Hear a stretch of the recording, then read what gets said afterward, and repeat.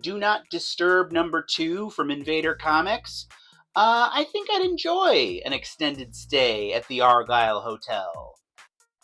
Check me in, as it were. So as a reminder, Do Not Disturb is set at the Argyle Hotel, which is like an infamous classic hotel that also serves as like a purgatorial dimension for souls in between the world of the living and the world of the dead. Randall Halsey, a recently deceased private investigator, is working on solving his final case there.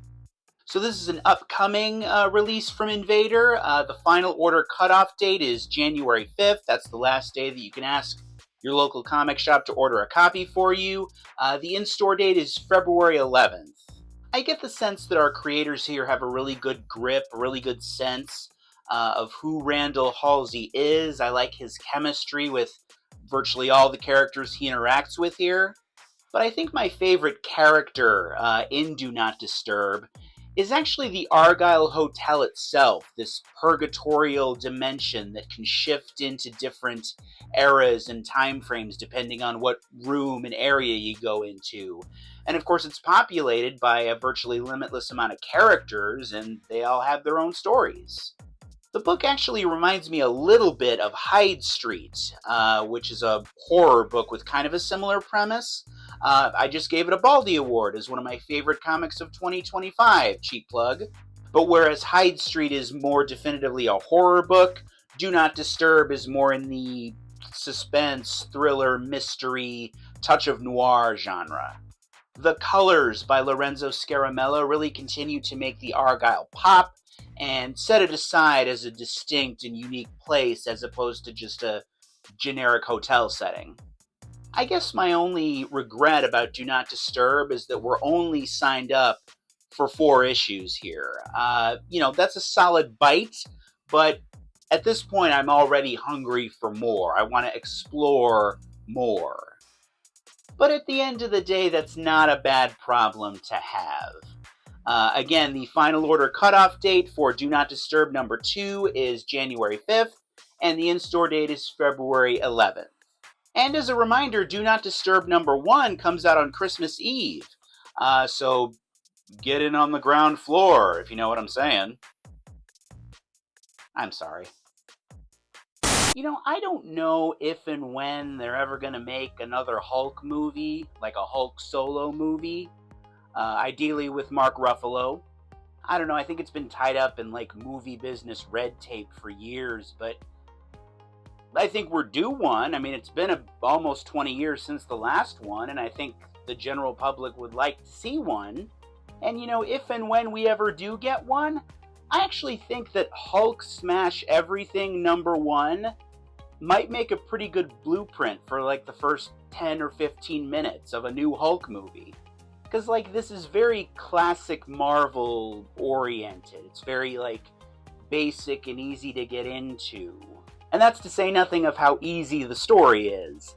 A villain disguised as Doctor Strange smacks Bruce Banner in the back of the head, and thus Hulk thinks Doctor Strange did it. Indeed, our author Ryan North takes the Three Stooges approach to writing the Hulk. Ryan North writing Hulk Smash Everything was actually the big component that drew me to it, because he's done so great with books like One World Under Doom and Fantastic Four. I wanted to see what he would do with the book where the Hulk is basically unleashed. And my early indication here is that this is just going to be like a fun, easy to access book. I don't think it's hindered by the current Marvel continuity. For the past few years, Marvel has definitely leaned into the darker, more horrific sides of the Hulk mythology. Just recently, they relaunched the series as the Infernal Hulk. But I think more traditional Marvel and Hulk fans will be happy with Hulk Smash Everything. It's sort of a break from the dark stuff. The author of books like American-Born Chinese and Superman Smashes the Klan tries his hand at turtle power with Teenage Mutant Ninja Turtles #13. So we start a new story arc here as a mystery assassin kills a gang leader in New York City, and the Turtles have to investigate and find out who it is. Kind of spoiler alert, it's someone we know. So yeah, we've got a new story and a new creative team here. Gene Luen Yang takes over as the author, and then we've got Freddie Williams on the pencils. And Freddie Williams was the artist who did the original batch of Batman TMNT stories that IDW and DC put out. So it's kind of like something established with something new here. I liked this. I don't love it yet, but it's early. You know, sometimes with these creative team adjustments, it's like putting on a new pair of pants and you kind of have to break them in, so to speak. From a writing standpoint, I really feel like Gene Luen Yang has a good sense not only of the Turtles' individual voices, but of their chemistry with each other. That's a good thing, obviously. Not every new author that comes into the world of the TMNT has that. The colors in this issue by Andrew Dahlhaus really popped, really worked well. For whatever reason, I found his coloring of April O'Neil worked especially well. So yeah, no major complaints here about TMNT number 13. I'm fairly optimistic going forward. Iconic comic book artist Jim Lee makes his Ghost Machine Universe debut in Geiger number 19. So yeah, this issue has a Jim Lee variant cover as it focuses on Ash Arden and sort of sees what she's been up to since we last saw her. In this issue, she faces a group of human traffickers, child traffickers, no less. Things don't go well for them. Jim Lee is like the big cheese at DC right now, right? Or he's one of the big cheeses. He has a lot of cheese. But regardless of what his current job is at DC, it's a huge thrill to see Jim Lee work on a Ghost Machine book just from a comic art perspective. You know, it's hard to imagine a bigger get in the world of comic book artists than him. And Lee's art brings with it an extra personal draw for me, as Batman Hush, the story he worked on for DC in the early 2000s, was the story that got me coming into comic book shops on a regular basis. And now all these years later, here we are. Ironically, I think part of the deal here was that Gary Frank, our regular Geiger artist, would get to do a Hush tribute cover for Batman 163, which I think comes out in March. As far as the issue itself is concerned, no real complaints. It's nice to see Ash Arden again. You know, she came in with a lot of buzz on the publicity side of things, so it naturally behooves them to keep track of her. She's still not wearing pants, which doesn't bother me if it doesn't bother her. The best part of this issue, as far as I'm concerned, is that it does a nice job setting Ash apart from Tariq Geiger. You know, her MO, her motivation is a little more altruistic than his is. Naturally, whenever you have two characters with similar powers, aesthetics, etc., it's to your benefit to make them different from one another as much as you can, just to make them distinct and unique, and not clones of one another. You know, you can say a lot about Ash Arden, but I would not call her a clone. Especially to her face. So about 15 years ago when we were dating, my wife showed me Firefly for the first time. She was and is a big Firefly fan. And I used to kind of tease her and prod her about the fact that the Nathan Fillion character, Malcolm Reynolds, was obviously modeled after Han Solo. You know, I used to call him a cheap Han Solo knockoff. But after reading Star Wars Han Solo Hunt for the Falcon number 4, I might owe her a very late apology. In this issue, Han Solo and Chewbacca are being held prisoner by Unkar Plutt as they continue their quest to get the Millennium Falcon back. But in this issue, our artist Ramon Rosanas draws Han Solo with a long black coat. Not dissimilar to the one that Nathan Fillion wore in Firefly as Malcolm Reynolds. I got a Malcolm Reynolds vibe off of that. It's a good look, I can't deny that. Maybe we should resign ourselves to the notion that once they reach a certain level of fame, all these space pirates kind of borrow traits from one another across franchises. And yes, I know Han Solo wore a long coat in Return of the Jedi. I've seen the movie. But that was more for camouflage purposes. I get a Malcolm Reynolds vibe off of what we see in this issue. Hunt for the Falcon is still, at least thus far, my favorite Star Wars comic to come down the pipe in some time, just because it makes so much damn sense from a story perspective. No disrespect to any other creators, but usually in Star Wars comic books, the tentpole characters, Luke Skywalker, Princess Leia, Han Solo, etc., are just kind of spinning their wheels from a character perspective. They don't necessarily develop and grow because that development and growth is reserved for the movies. But this story and this issue in particular really feel like an in-depth exploration of sequel trilogy era Han Solo, and it makes sense that he would feel the feelings that he voices to Chewbacca in this issue.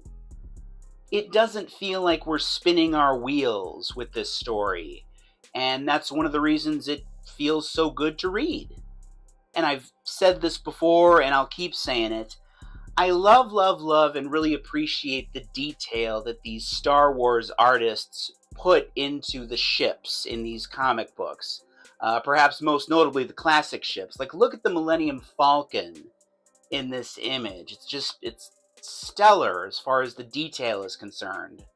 By the way, if you do subscribe to the notion that Malcolm Reynolds was just a cheap Han Solo knockoff, then I think you do still have to admit that even by cheap Han Solo knockoff standards, he's pretty good. I mean, it's been, 25 years or so, and semi-professional geeks like me are still talking about him. In the pages of Aquaman, number 12, Hawkman is kind of a dick to his alleged friend. And as we may or may not find out here, it never pays to be a dick to somebody in their own book. So this issue ties in with the DCKO event comic, where all sorts of DC Comics heroes and villains are fighting each other in a tournament to decide who gets to step up and face Darkseid when he comes back to Earth, which is going to be soon. In this issue, Aquaman takes on Hawkman. I've been away from this Aquaman book for a while, and unfortunately I fell into the trap of forgetting just how good it is, especially the art by John Timms and Rex Locus. Just a gorgeous, gorgeous piece of business here.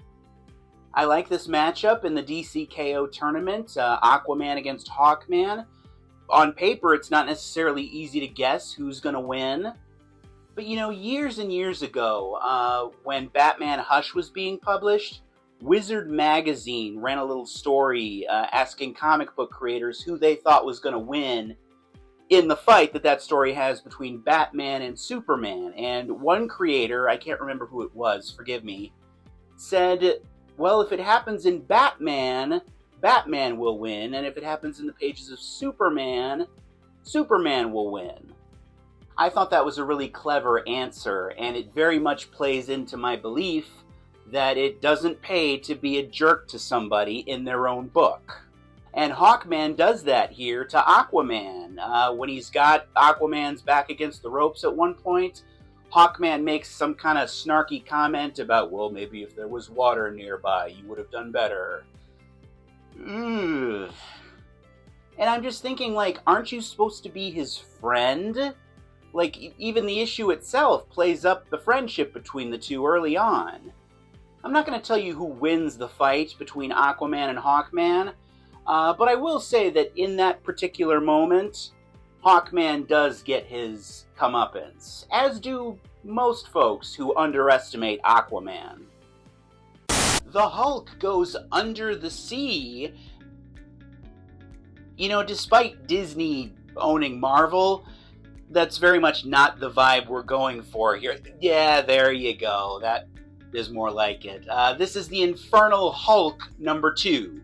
So in this issue, the Hulk, who has been corrupted by the Eldest, journeys to Atlantis to find a monster, where he runs afoul of Namor the Submariner. Another really strong artistic issue here. We don't necessarily get to see the Hulk underwater very much, or at least I don't. But our artist Nick Klein and our colorist Matthew Wilson really hit it out of the park with some great underwater shots. This is my favorite of the bunch, I think. It's not a splash page or anything, just a simple shot of Hulk contrasted against the monster. Really simple, but really well done. Once upon a time, I resolved to stick with a certain Marvel book until its 12th issue, just to give it a chance, even though it was kind of leaving a bad taste in my mouth. Because I feel like I've unfairly phased in and out of Philip Kennedy Johnson's run on Hulk, I'm resolving to stick with Infernal Hulk until at least issue 12. Though don't get me wrong, there's certainly nothing bad tasting about this book so far.